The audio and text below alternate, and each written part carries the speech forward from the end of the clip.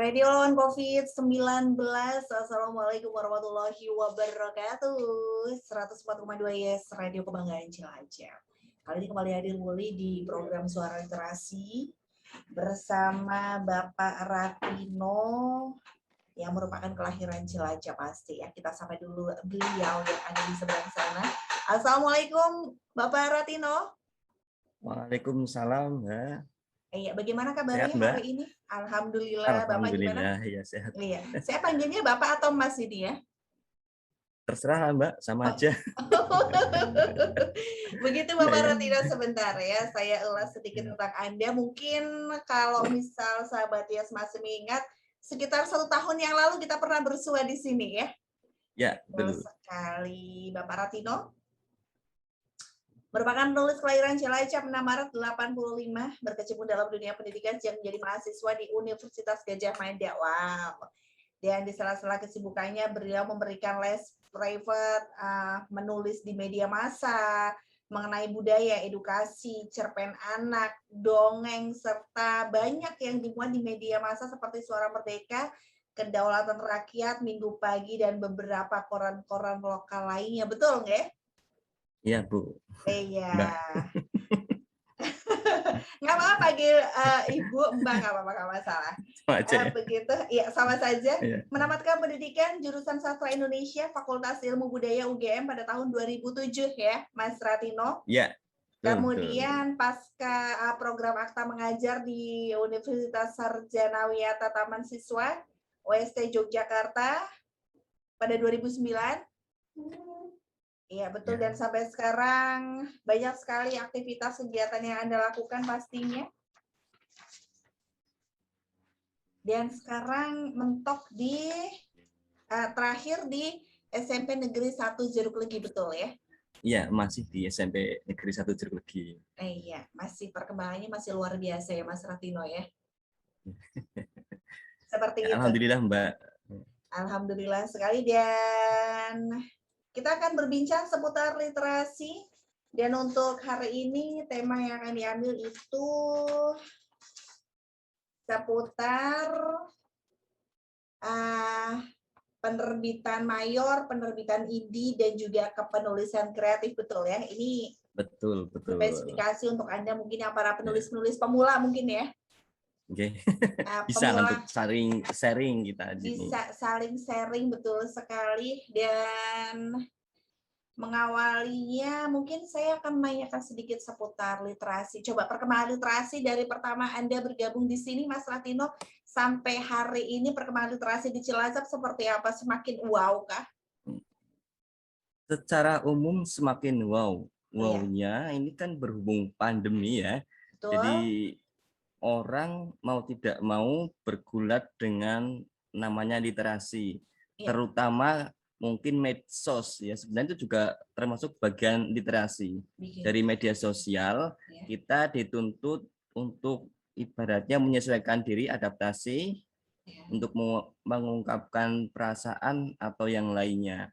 Jadi literasinya sudah bergeser, yang dulunya dari buku mungkin sekarang ke media digital, seperti itu. Media digital sekarang ya. Berarti sekarang perkembangannya memang sudah cukup wow, apalagi di tengah situasi pandemi seperti sekarang ini. Nah, menurut Mas Ratino sendiri ada batasan-batasan tertentu pasti ya dari untuk mengurangi yang namanya melenceng ke sana ke sini, begitu? Perlu ada batasan-batasan pasti? Ya jelas ada. Namanya literasi pun kita harus pandai memilah dan memilih ya. Mana yang kita perlukan, mana yang positif, mana yang negatif. Kita harus pandai menyaringnya agar ibaratnya kita tidak terjerumus. Media pun kan seperti pedang ya, ataupun sisi mata uang, satu sisinya positif, satu sisinya negatif, seperti itu. Dan untuk Mas Ratino sendiri sepertinya sudah menelurkan berapa banyak buku nih, coba kalau sedikit bisa diceritakan. Kalau sampai hari ini ya, itu sekitar 30-an, termasuk yang sedang proses. Kebetulan ya, tahun ini ada mungkin saya buat semacam kumpulan puisi berbahasa Jawa ngapak gitu Oh, ya. boleh itu nanti dipresentasikan sedikit ya. Puisi berbahasa Jawa ngapak sepertinya sangat menarik itu. Ya, jadi ibaratnya kan kita orang Jawa Banyumasan jarang sekali ada yang membuat buku ataupun kumpulan puisi yang berbahasa Jawa ngapak. Nah, di situ kita gunakan ungkapan-ungkapan yang khas ngapak untuk kritik sosial dan sebagainya seperti itu. Ya. Jadi ada bahasa tertentu yang tidak ada di daerah lain ibaratnya, walaupun sama-sama bahasa Jawa. Kita kan banyak ungkapan khusus gitu. Betul. Contohnya apa itu? Kata-kata apa? Kata-kata Jawa ngapak yang di daerah lain tuh nggak ada gitu, Mas Ratino? Ya itu bisa ya seperti kencot ya, seperti itu kan banyak kita yang ada ya. Kalau saya dulu di Jogja, orang Jogja nggak tahu kencot itu apa. Seperti itu ya. Iya, termasuk ada penggunaan bahasa yang kita intinya jarang kita gunakan. Misalkan di sini kan untuk mengungkapkan kata bagus itu menggunakan kata apik ya. Nah di Jogja dulu saya bingung kok ada yang mengatakan wangun. Taunya saya kan wangun itu dekat Aji Barang itu ya. Itu wangun. Betul, itu wangun. Iya. Nah, ternyata ada namanya wangun. Oh, wangun artinya apik. Terus ada kata gering ya. Kalau di bahasa Banyumasan kita itu kan bahasa Cilacap gini ya. Ngapak-ngapak itu kata gering berarti kurus ya. Iya. Teman saya yang dari Kulon Progo mengatakan waktu itu habis sakit, saya habis gering. Padahal orangnya gemuk gitu ya. Nah, ternyata gering di sana konteksnya sakit gitu loh. Jadi ada perbedaan walaupun sama-sama bahasa Jawa itu. Oke, betul sekali. Ternyata perbedaan itu sangat indah ya ketika di satu daerah bermakna yang berbeda di daerah yang lain ya. Itu nanti dikupas habis di buku terbarunya dari Mas Ratino pasti ya. Nanti kita akan coba tanya. Cenderung nanti saya menggunakan bahasa apa yang kadang mungkin bagi orang terkesan tabu itu ya. Misalkan. Contoh bahasa ngapak yang terkesan tabu. Ya mungkin di sini ada beberapa puisi yang menggunakan ya tanda kutip kasar ya untuk menyindir ketidakadilan. Misalkan menggunakan kata ndasmu gitu ya. Itu kan kasar itu ya. Kasar ya. Jadi menurut orang lain. Tapi ada hal tertentu yang hanya diwakili oleh kata tersebut. Padahal saking mangkelnya tuh gimana itu loh. Iya, begitu ya. Itu ungkapan perasaannya sangat menggebu-gebu sekali. Dan nanti kita akan bahas itu nanti Mas Ratino ya, nanti setelah pesan-pesan berikut ini akan lewat dulu. Dan buat Anda silakan sahabat Yes ingin menanyakan banyak hal seputar, nanti kita akan bahas tentang perbedaan penerbit mayor dan indie, kemudian bagaimana sistematika untuk penulisan kreatif itu seperti apa begitu ya. Oke, siap. Ya, setelah pesan-pesan berikut ini selalu gabung di 104,2 Yes Radio Kebanggaan Jelajah. Anda masih menyimak sajian Suara Literasi. Untuk hari ini kita akan bahas tentang perbedaan antara penerbit mayor dan penerbit indie. Selanjutnya bagaimana teknik kepenulisan yang kreatif kita bahas bersama Bapak kita yang satu ini ya, sangat luar biasa sekali, 30 karyanya sudah meluncur. Dan yang pasti kita sapa dulu kembali Mas Ratino. Halo, selamat pagi. Pagi, Mbak. Iya, sekarang kita langsung masuk ke topik saja. Iya, karena kita tadi sudah berbahasa-basi lumayan cukup lama ya. Dan yang kita bahas ini tentang perbedaan penerbit mayor dan juga penerbit indie. Begitu. Ini maksudnya gimana? Ini terutama untuk para penulis-penulis pemula mungkin ya. Atau mungkin penulis yang sudah tidak pemula juga harus mengetahui hal tersebut ya. Oke ya. Ya, secara umum itu penerbit mayor ya bisa dikatakan penerbit besar, sedangkan penerbit indie itu penerbit ya ibaratnya di bawahnya lah yang sifatnya self publishing gitu ya. Nah, perbedaan yang pertama itu semua biaya ditanggung oleh penerbit itu kalau penerbit mayor. Iya. Dan penulis tidak menggunakan biaya. Penulis tidak mengeluarkan biaya sama sekali. Iya. Okay. Sedangkan kalau yang indie itu ada yang gratis dan ada yang berbayar. Okay. Nah, kisaran bayarannya macam-macam. Ada yang ya mungkin ada semacam promo itu bisa 100.000 untuk dapat satu buku. Sudah termasuk layout itu pas promo. Tapi intinya kalau penerbit indie tergantung penulisnya mau cetak berapa. Nah, itu nanti untuk urusan harga tergantung ketebalan buku itu seperti itu. Iya, kalau penerbit indie begitu ya. Iya. Terus kalau penerbit mayor nih menentukan banyaknya atau mungkin jumlah buku yang harus diproduksi dan lain sebagainya, itu yang menentukan dari penerbit pusatnya. Ya, kalau di penerbit mayor kita ibaratnya terima matang, terima jadi. Mau dicetak berapa terserah mereka. Tapi dengan catatan proses seleksi naskahnya ketat. Kita bisa tunggu sampai 4 bulan bahkan 1 tahun baru dikasih kabar kalau penerbit mayor. Iya. Oh gitu ya. Jadi ini lebih baik ke penerbit indie dulu atau mungkin langsung ke penerbit mayor? Kalau pengen yang asik dan gratis ya tetap bagi saya mayor. Karena sekali udah gratis, dapat buku, dapat royalti, jumlah cetakannya biasanya sekitar 3.000 eksemplar itu minimal eksemplar, itu. Minimal begitu ya. Iya. Itu kan kalau tulisannya bagus ya. Iya, memang makanya tadi seleksinya ketat. Iya. Selanjutnya perbedaan selanjutnya gimana ini? Perbedaan selanjutnya antara penerbit mayor dengan penerbit indie? Oh, selanjutnya. Nah, tadi kalau itu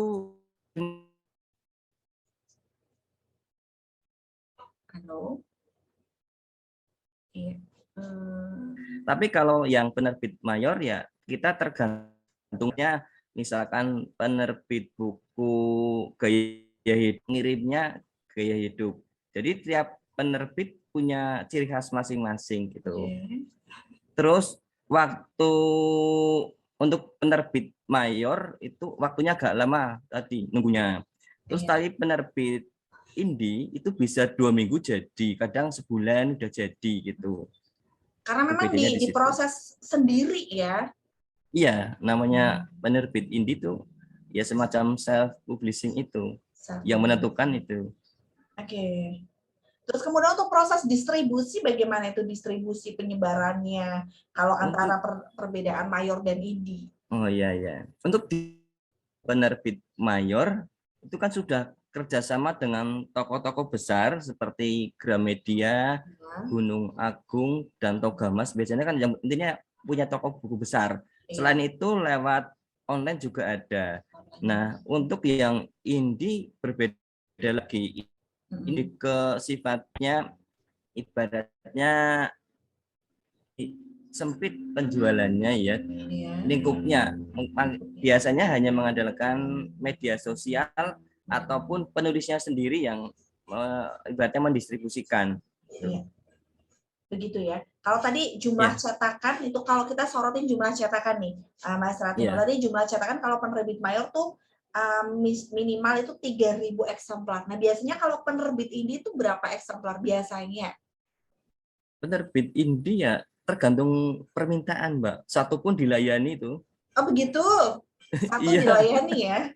Iya. Kalau penerbit mayor kan perhitungannya bisnis, Mbak. Nggak mungkin cetak satu. Pasti ada minimal tertentu. Biasanya 3.000. Sudah ibaratnya dapat untung kalau laku itu. Seperti itu ya. Tapi royaltinya kalau boleh tahu nih Mas Ratino, royaltinya biasanya dapat berapa nih?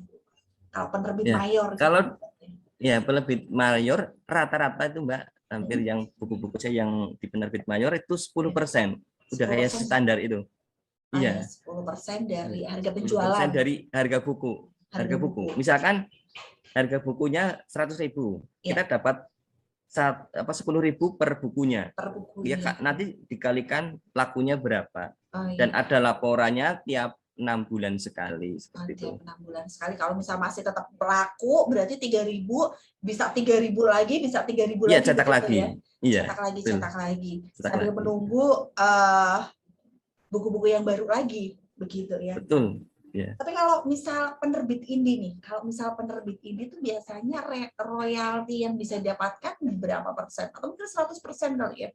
Atau mungkin berapa persen ini? Kalau penerbit indie itu royalti tergantung kesepakatan. Tergantung Itu kesepakatan. kan misalkan kalau yang biaya sendiri, ibaratnya kita menentukan harga sendiri dan royalti pun untuk kita sendiri, ibaratnya. Mungkin untuk penerbitnya berapa. Kisarannya itu lebih tinggi kalau yang penerbit indie, Mbak. Sampai 25% bisa itu. Iya, mungkin plus minusnya begitu ya antara indie dengan yang mayor. Kalau yang indie mungkin royaltinya lebih besar, cuman cakupannya lebih kecil ya. Iya, jadi kalau kecuali memang ini sudah punya masa ibaratnya. Misalkan orang terkenal ataupun siapa ini punya terkenal, ibaratnya indie pun itu sudah laku, ibarat cetak berapapun ya udah punya masa kan, nggak capek-capek itu. Begitu ya, nggak usah promo ke sana sini begitu ya. Itu Iya. kalau yang penerbit indie. Nah, nanti kita akan bahas lagi ini kelanjutan dari perbedaan penerbit mayor dan penerbit indie. Terus nanti kita lanjutkan lagi seputar kepenulisan kreatif itu harus yang seperti apa biar bukunya laku keras ya, apalagi di masa pandemi seperti sekarang ini ya Mas Ratino ya. Nanti setelah pesan-pesan berikut ini yang pasti buat Anda silakan ingin bergabung menanyakan banyak hal, bisa digunakan SMS juga WhatsApp-nya di 0812 2665 774. Di program Suara Literasi untuk pagi ini 28 Agustus 2021 masih seputar perbedaan antara penerbit mayor dengan penerbit indie, kemudian kepenulisan yang kreatif itu yang seperti apa, masih bersama dengan Mas Ratino di ujung sana. Halo, selamat pagi, masih setia ya? Ya, masih Mbak. Alhamdulillah. Karena setia itu mahal. Sinyal masih bersahabat. Iya, masih bersahabat. Dan ini nih, saya masih sedikit agak ingin menanyakan beberapa hal tentang seputar perbedaan antara penerbit mayor dengan penerbit indie. Kalau di sini tuh ada yang namanya kalau penerbit mayor itu ber-ISBN ya. ISBN itu menurut informasi itu merupakan International Series Book Number. Itu bisa dijelaskan mungkin? Untuk ISBN sebenarnya baik penerbit mayor dan indie pun memiliki, Mbak, itu untuk setiap judul bukunya. Untuk setiap judul nah, bukunya. International Serial Book Number ini menjadi ciri khas atau nomor identitas seluruh buku di dunia. Jadi setiap buku di dunia itu memiliki nomor yang berbeda. Gunanya nanti untuk pencarian bisa lewat itu. Nah, untuk yang penerbit indie sudah banyak yang menggunakan ISBN sekarang, Mbak. Nah, misalkan tidak ada masalah sebenarnya. Cuma kan kegunaan ISBN untuk misalkan seperti guru ataupun PNS bisa digunakan untuk syarat kenaikan pangkat pada buku yang ber-ISBN. Itu poinnya tinggi, Mbak. Poinnya kalau tinggi ada ya ISBN-nya. Untuk kenaikan pangkat nih. Kalau Mas Ratino sendiri sudah naik berapa tingkat ini ya ber-ISBN ini? Kalau kira-kira yang sudah saya pakai sekitar 2 kali, ini proses mau yang ketiga ibaratnya. Iya, luar biasa ya. Nah, ibaratnya untuk ISBN sendiri tiap bukunya beda, Mbak. Nanti kan ada buku yang judulnya A, nanti beda lagi, B beda lagi. Itu juga memuat penerbit dan kategori. Itu nomornya bisa menunjukkan penerbitnya dan kategori buku apa. Misalkan psikologi atau pendidikan, itu ada kategori di situ. Nomor itu. Ya. Tapi nomornya jelas berbeda ya, nggak mesti sama. Iya, meskipun berbeda kategori, tapi tetap dengan nomor yang berbeda juga. Beda semua. Iya, begitu. Itu tentang ISBN. Iya, ISBN nih ya. Ini sesuatu yang baru untuk saya dan mungkin untuk sahabat ya semua ya. Dan sekarang kita tutup dulu perbedaan antara penerbit mayor dan penerbit indie. Sekarang kita masuk ke pembahasan selanjutnya tentang kepenulisan kreatif. Kalau menulis kreatif itu yang seperti apa, Mas Ratino? Menulis yang kreatif menurut Mas Ratino Sebenarnya adalah ya, seperti kalau ya menulis kreatif itu proses menuangkan ide kreatif kita. Daripada ide kita simpan, ya. lebih baik kita ungkapkan, tuangkan dalam bentuk penulisan, biar untuk dokumentasi diri pribadi maupun untuk bacaan orang lain dengan berbagai tujuan. Oke, itu menulis kreatif ya. Terus kemudian hal-hal yang perlu diperhatikan nih dalam penulisan kreatif itu apa saja misalnya? Ada pemilihan tema, terus ya tema perlu kita bahas karena ibaratnya biar kita tidak meluas, karena kita menulis biasanya melebar, harusnya harus fokus kita. Kemudian menangkap momentum di sini, misalkan sekarang lagi 2 tahun ini, berarti 1 tahun belakang heboh corona, berarti kita ambil sisi corona yang lain. Misalkan mungkin kan pandangan orang ada yang negatif, ada yang positif. Dari segi yang positif mungkin banyak orang yang ibaratnya sadar bahwa manusia itu sebenarnya bukan apa-apa, dilawan barang kecil aja kita tidak bisa, tanpa adanya ketakwaan kita kan percuma itu. Makanya ada positifnya, sisi iman dan takwa kita meningkat, tuh momentumnya seperti itu. Terus kita pun harus tahu deadline, mau nulis tuh harus tahu deadline biar tidak kedaluarsa momentumnya tadi. Jadi kita bahas ini ya langsung kita selesaikan. Kemudian konsistensi, namanya menulis itu harus konsisten, Mbak. Jadi tidak boleh sekarang nulis besok mandek, nanti idenya keburu hilang gitu loh. Oh gitu ya, sekarang kemudian, nulis besok mandek, besok lupa ya. Iya. Dan nanti nggak jadi-jadi. Nggak jadi-jadi, betul sekali. Iya. Kemudian kita menulis pun punya tujuan, Mbak. Tujuannya untuk bisa, misalkan hanya sekedar sharing atau mempengaruhi pikiran orang lain juga bisa di situ. Iya. Ya.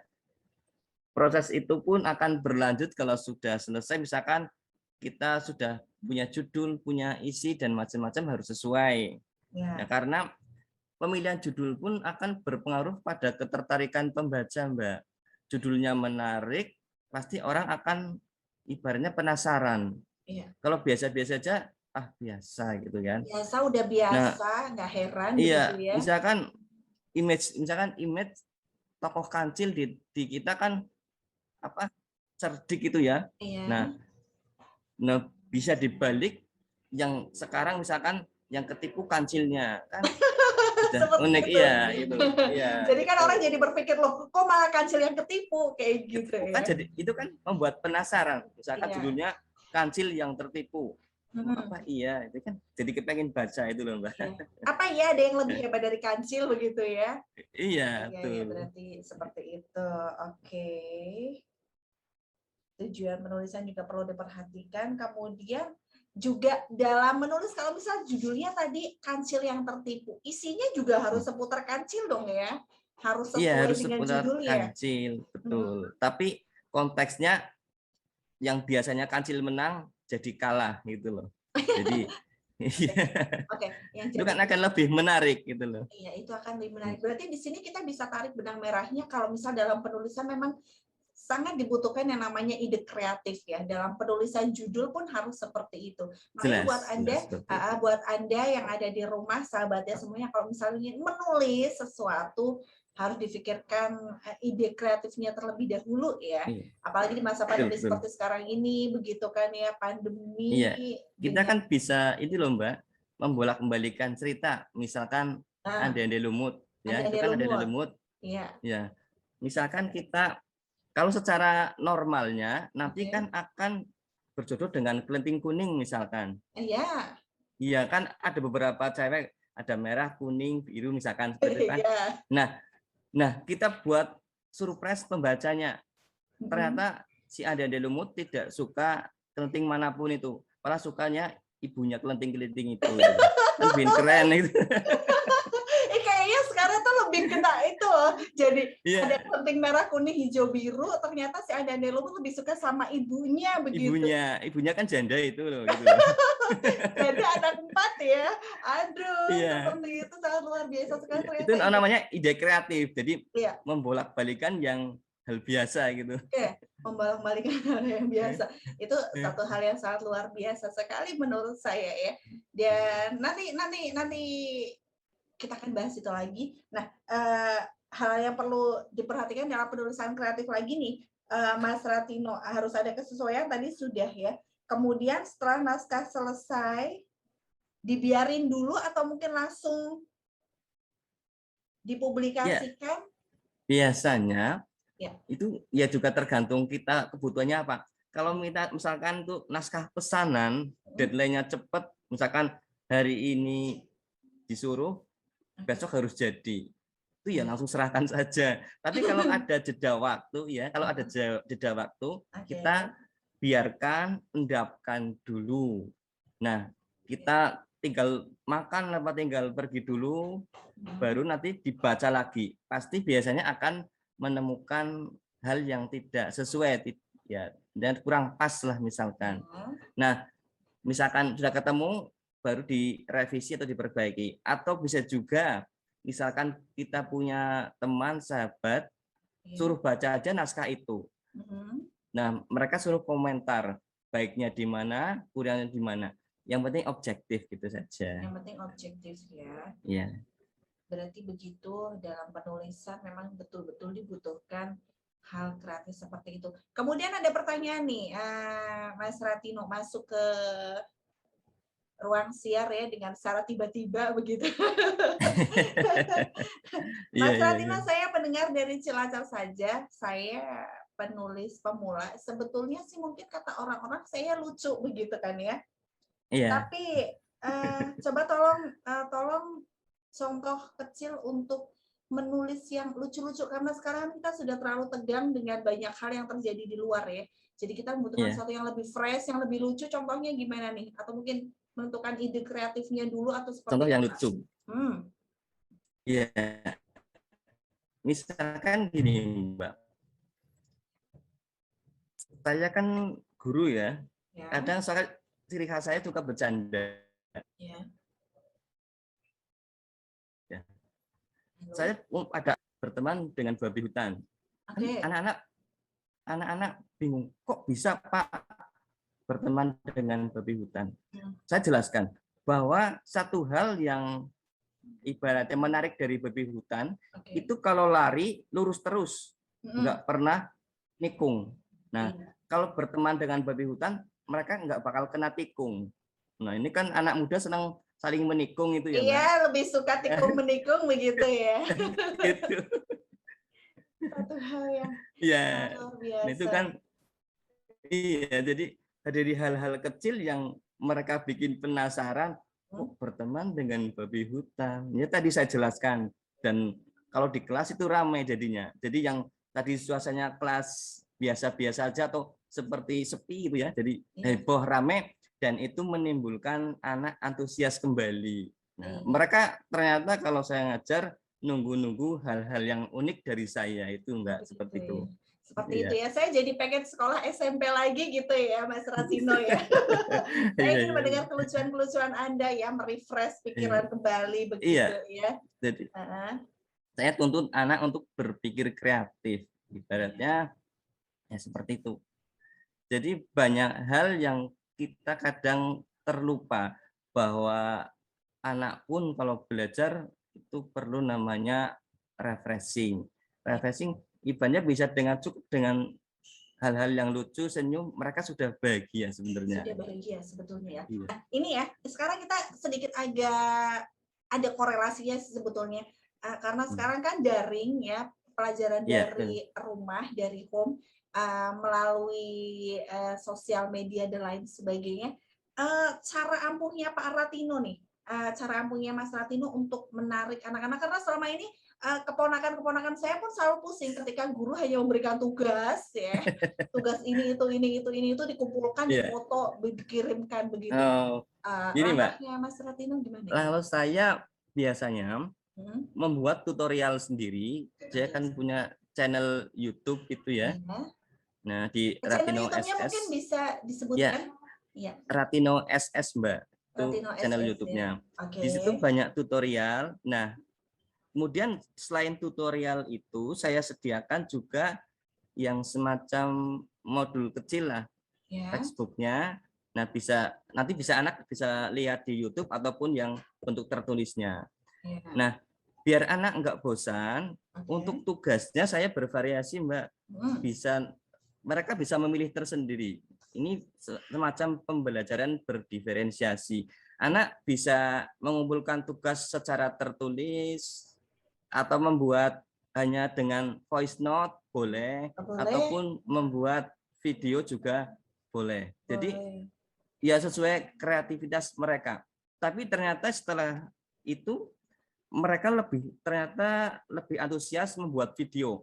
Ada konten-konten yang lucu-lucu, bisa menggunakan TikTok, itu ada, boleh saya menggunakan. Iya, serius ya itu. Seperti itu ya. Jadi menggunakan TikTok, terus ada yang suka gambar ya menggunakan gambar, ataupun edit-edit video juga boleh. Saya tidak melarang itu. Malah anak lebih senang katanya. Jadi memberikan banyak pilihan intinya. Iya, berarti seorang guru itu harus punya ide kreatif yang sangat luar biasa, memberikan banyak pilihan kepada anak. Jadi tidak hanya memberikan misal satu tugas ini harus dikerjakan, dikumpulkan jam ini juga, berarti enggak ya? Harus memberikan terserah. Ada jangka waktunya, ya jangka waktunya. Jadi ibaratnya kalau tugas pun saya pasti memberikan contoh. Misalkan membuat puisi, saya ya otomatis saya buat puisi sendiri. Saya bacakan sendiri, saya upload, anak suruh lihat, itu loh. Jadi ibaratnya saya ngajar tidak hanya asal ngomong, Pak Guru sudah melakukannya seperti ini. Nah, saya ceritakan proses kreatifnya bagaimana ke anak-anak. Nah, ternyata anak-anak terinspirasi, mengumpulkan videonya juga ternyata cukup bagus hasilnya, Mbak. Cukup bagus hasilnya. Iya. Berarti mungkin anak-anak Indonesia memang harus selain disuruh diberikan contoh terlebih dahulu ya, jadi mereka nanti bisa lebih kreatif lagi. Begitu. Namanya guru itu harus memberikan contoh, Mbak, dan membukakan ide kreatif kepada anak. Saya tidak pernah mencela hasil kerja anak, ibaratnya seperti itu. Kalau walaupun itu salah pun, saya sudah anggap dia sudah berusaha, ada nilainya tersendiri. Karena ibaratnya anak pun perlu dipuji, jangan seperti diintimidasi terus. Jadi, anaknya memang harus seperti itu. Harus dipuji. Jadi anak harus dipuji.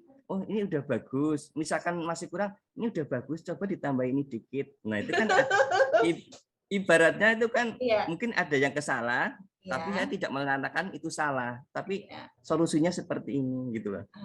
Berarti bukan hanya menjudge kalau kamu salah anak, tapi harus memberikan solusi ya, solusi terbaik. Yang penting itu dukungan itu, Mbak. Ini udah bagus loh, coba tambahin ini. Oh iya ya Pak. Jadi mereka tahu sendiri, oh iya punya aku salah, tapi Pak Guru tidak pernah mengatakan itu salah gitu.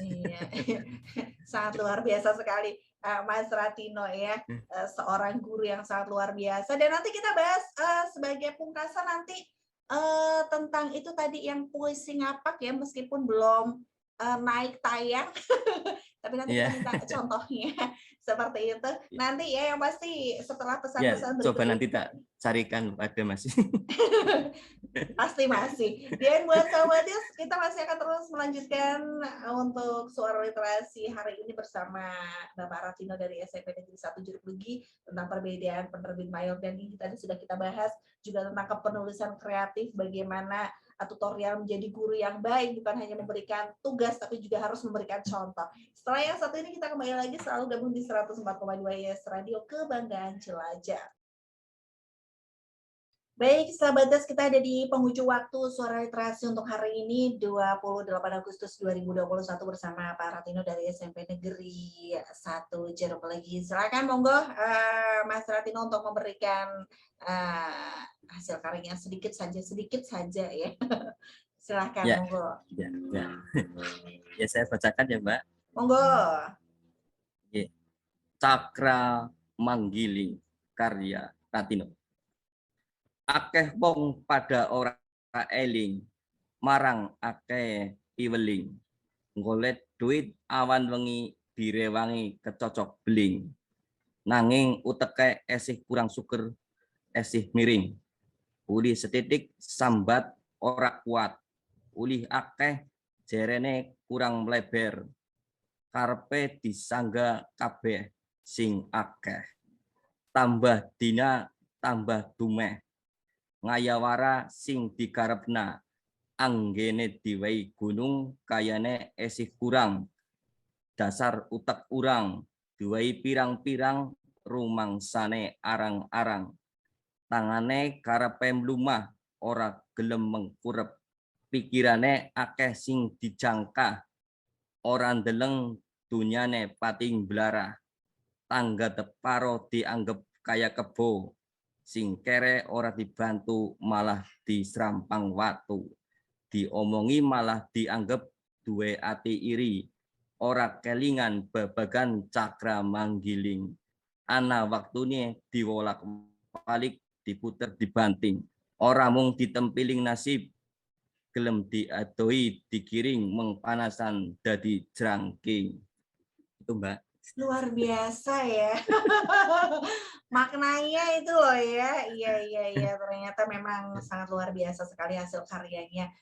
Digiring untuk menjadi jrangking. Sangat luar biasa sekali. Mas Ratino, terima kasih untuk kebersamaannya Sama-sama Mbak. di program Suara Literasi kali ini. Silakan pesan-pesan terakhir untuk para pegiat literasi di Cilacap. Monggo silakan.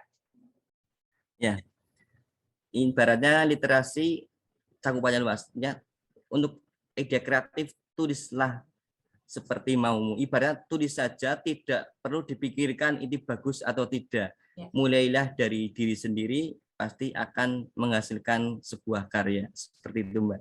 Oke.